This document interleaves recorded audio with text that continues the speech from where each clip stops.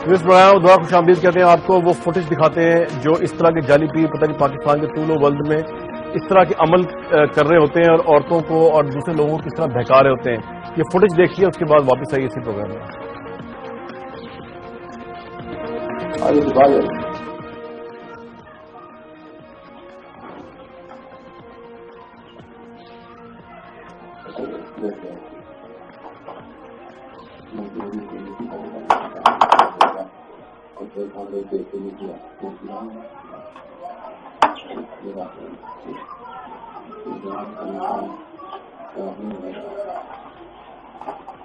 یا خدا جہاں بنا ہوا سے تاکہ ہم ہمارا معاف کرنا.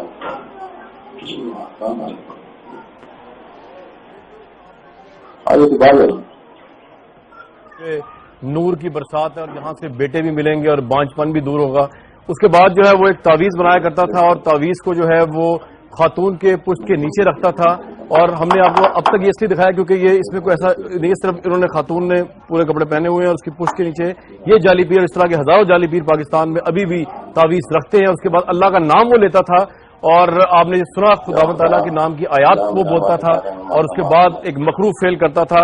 اور یہ ان تمام مردوں اور سسرالیوں کے لیے ایک لمحہ فکری ہے جو اپنی عورتوں کو پریشرائز کرتے ہیں, اس طرح کے پیر و فقیروں کے پاس بھیجنے کا موجب بنتے ہیں جو بعد میں گناہ کی دلدل میں پھنس جاتی ہیں اور ذلت اور رسوائی ہے پوری نسل کے لیے.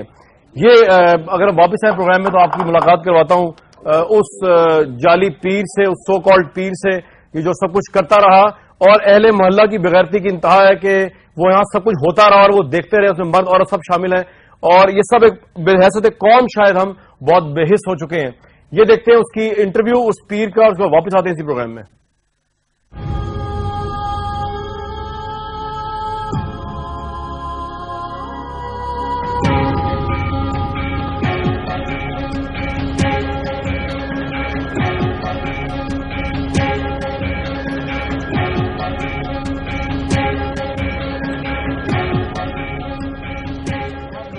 کہتے تھے کہ آپ بیٹا دیں گے ان کو؟ نہیں سر, میں سال پہلے ساتھ دام بند کر دیا, پچھلے روزوں میں سر میں نے بند کر دیا تھا کام سارا. جی سر, ہاں سر پتہ نہیں. کتنی خواتین کو آپ نے اپنی زندگی کا نشانہ بتائیں؟ ہمارے پاس 27 کی مووی ہے. بس سر جتنی آپ کے پاس ہے جی. اس سے پہلے بھی کوئی میڈیا آیا, کیا کیا آپ نے؟ نہیں سر, پہلے جب میرا کارڈ گم ہوا تھا میموری کارڈ, ہمارے کارڈ آپ کا ملا, پھر بندوں نے ان کو 40,000 روپیہ دیا ہے, انہوں نے پورا ڈاٹا ضائع کر دیا. اسی سے پتہ نہیں کس نے پھر اپنے پاس رکھا ہوا تھا. جی آج اس نے پھر دوبارہ آپ کے پاس بھیج دیے.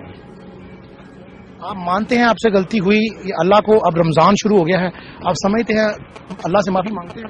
جی سر, میں نے سر پچھلے روزوں کا میں اللہ سے معافی مانگ رہا ہوں. اس کے بعد میں نے تام درود بند کر دیا, میں کرتا نہیں.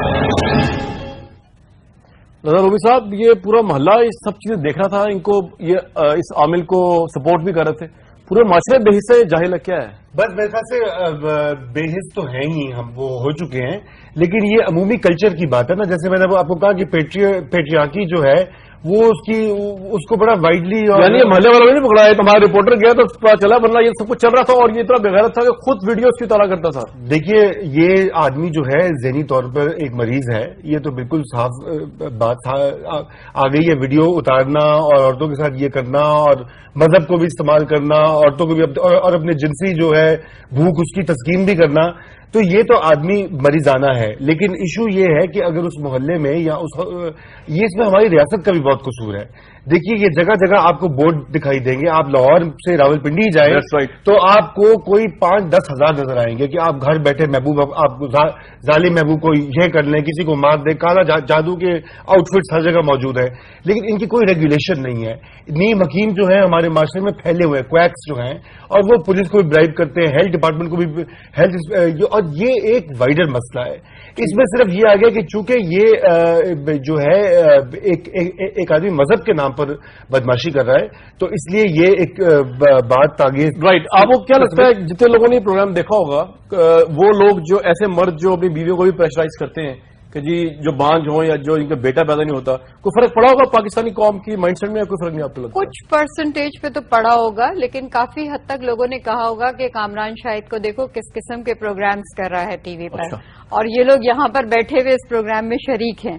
لیکن میرا خیال ہے کہ جن لوگوں نے دیکھا ہے ان کے کان اور ان کے روئیں کھڑے ہو جانے چاہیے، رونگٹے کھڑے ہو جانے چاہیے کہ اس قسم کی چیز ہو رہی ہے اس جگہ پر. اور یہ انہوں نے فیصلہ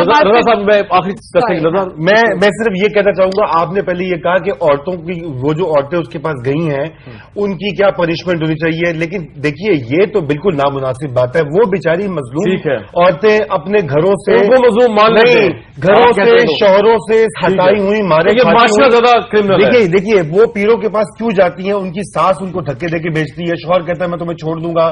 اب آپ اسی وکٹم جو ہے اسی کو، لیکن میں آج اس پروگرام کے پلیٹ فارم سے پہلے تو مردوں کا ایک چیز اور، ہماری عورتوں میں دیکھیے کوئی انفارمیشن نہیں ہے، ہماری عورت امپاور کے لیکن میں اس پروگرام کے پلیٹ فارم سے یہ پیغام دوں گا، ایک تو مردوں کو شروع میں دیا پیغام، وہ تو پہنچ گیا ہوگا کہ اپنی عورتوں کو پریشرائز نہ کرے ورنہ ان کی عورتوں کے ساتھ یہ سب کچھ ہوگا اور انہیں خبر بھی نہیں ہوگی. عورتوں کو یہ پیغام ہے جو اس پروگرام کے پلیٹ فارم سے دیکھ رہی ہیں کہ پریشر خواہ کتنا ہی ہو، میرا خیال سے سیپریشن اور ڈائیورس اس ذلت سے بہتر ہے جو یہاں سب کچھ ہو رہا ہے، شعوری یا غیر شعوری یا نیم شعوری طور پہ. تو یہ لمحہ فکریہ پاکستان کی عورتوں کے لیے بھی ہے جو اس پریشر کو فیس نہیں کر پاتی سسرال کے اور اس طرح کے کاموں کی طرف چلی جاتی ہیں. آج کا پروگرام تھا انشاءاللہ العزیز لوگوں کو اویئر کرنے کے لیے، مذہب اسلام کی صحیح تعلیمات بتانے کے لیے اور بدی حق اور باطل میں کیا فرق ہے یہ بتانے کے لیے ایسے لوگوں کے اسکینڈل آپ کے سامنے لاتے رہیں گے تاکہ آپ لوگ اویئر ہو کر ایک شخص بھی کا مائنڈ سیٹ